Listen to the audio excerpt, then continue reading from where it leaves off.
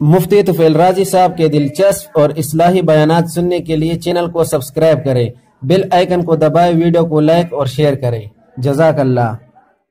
अस्सलामु अलैकुम वरहमतुल्लाहि वबरकातुहू। मुअज़्ज़ज़ सामिईन, ज़मूंगा په دې علاقو کې یو رسم او رواج دی.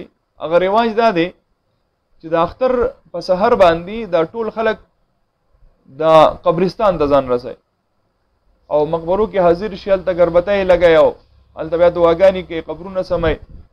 نو دا یو رسم دی، یو رواج دی.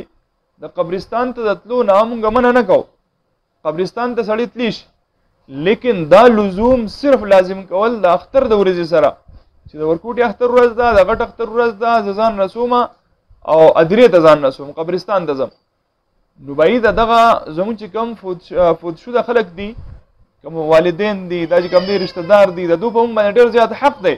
نو صرف د رمضان سره خاص کول دا نه دي پکار، صرف د اختر سره خاص کول دا نه دي پکار، صرف د شو قدر سره خاص کول دا نه دي پکار، بلکې هر وخت لې شي او تل پکار دي. بلکې حدیثو کې د دې باقاعده فضایل راغلي دي.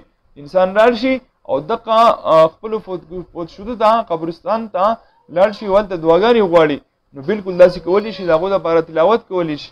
لیکن صرف د اختر په ورځ باندې تلل او پوره کال بیا بالکل بېغمه وي، نو دا خبره ټیک نه ده. لہذا دا رسم و رواج پرېښودل پکار دي. د اختر په ورځ باندې دا تلل، دا ترک کول پکار دي، پرېښودل پکار دي، نه دي تلل پکار.